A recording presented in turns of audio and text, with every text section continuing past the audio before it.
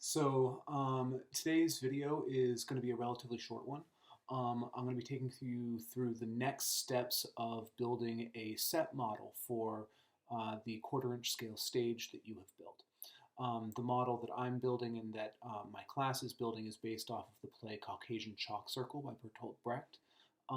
And today I'm going to walk you through making a backdrop that has some three-dimensional elements and creating a central platform.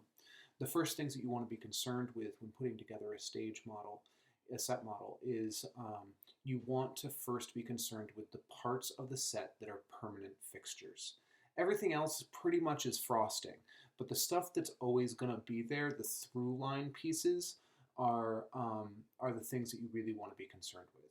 And so that usually means the back wall, any floor treatment, or any platforming that is permanent.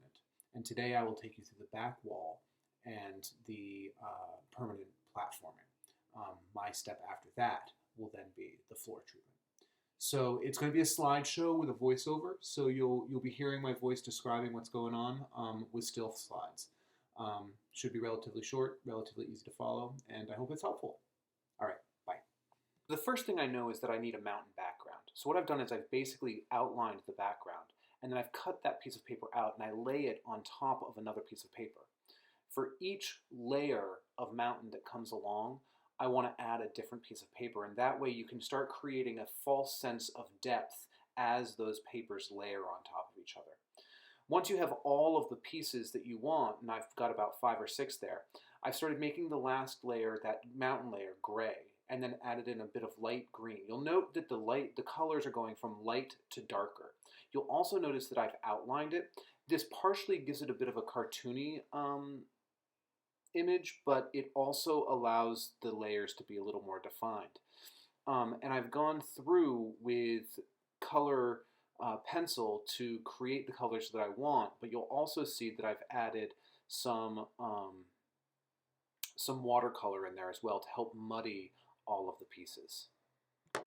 My set is going to have a circular platform as its base. So what I want to do is I want to scribe a 8-foot circle in quarter-inch scale on the foam core and cut that out and split it in half because I'm going to want the platform to split.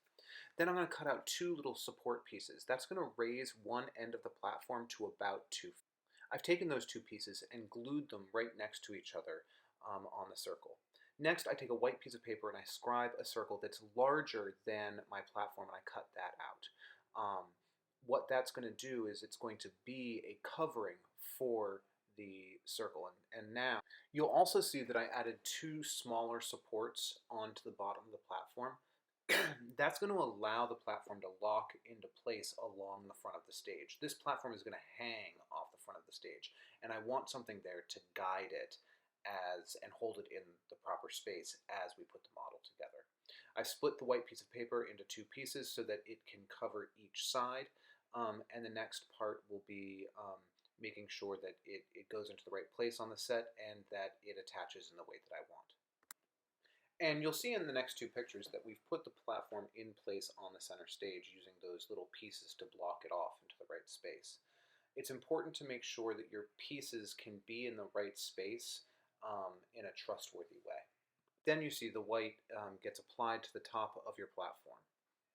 The next step is a little bit complicated because what we want is a wood plank platform, and we're going to have to create a wood planking texture on top of this platform. And that's why I cut the white piece of paper a little bit larger. I'm making these little slashes along the edge so that I can fold them over. And each of those slashes is coming at about 12 inches in quarter-inch scale. So it's basically turning it into a 2x12 floor deck ultimately. So you make the slashes and then you fold them over, and then you've got to glue them into place. I actually used a rubber band that I wrapped around the foam core to hold it in place while the glue dried. Once that's done, we can put it back in place on the set and just see how it's interfacing.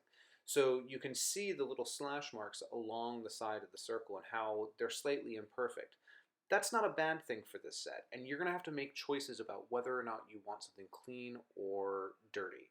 If I wanted this clean, what I would have done was cut the top to size to the circle and then created a very small thin band that I could apply around the sides. But I didn't want that. I wanted it to look like planks. The next thing I did was I started taking those lines, those slash marks, and creating lines that represent the planks as they go up and down stage on the platform. That way I have a way of knowing what I want my circle to look like as I begin painting it. And the painting process is going to be multi-layered. So faux wood painting is, again, a multi-layered process. What you want to start with is some kind of graining. And what I've done here is I had outlined everything in just simple graphite pencil, and then I went through with a greenish blue colored pencil, and I highlighted all the lines between the boards, and then I lightly created all of those streaks that you see that hint at wood grain. Next, what I did was I chose several colors that I wanted to work with. And I want this set to look natural and dingy. So I chose a brown, I chose an orange, I chose a green, and I started coloring in very lightly each board in alternating colors so that each board looks slightly differentiated. Once that was done, I actually went over the whole thing with brown watercolor. Again, this helps muddy it and unify it, although each board still is able to look slightly separate. It was a multi-step process using colored pencil and watercolor. There are many ways you can do it though. I would not use crayon if you're going to mix it with any kind of paint because the wax in the crayon is going to prevent the paint from really setting. So choose your materials carefully, but you should feel free to experiment. The way different materials mix, particularly color materials, pencils, paints, crayon, marker, it takes a little bit of trial and error. So choose the thing that works best for you. And here we are at the end of this part of the process. You'll notice that I haven't done anything for the floor treatment yet, although I will. That's the next step.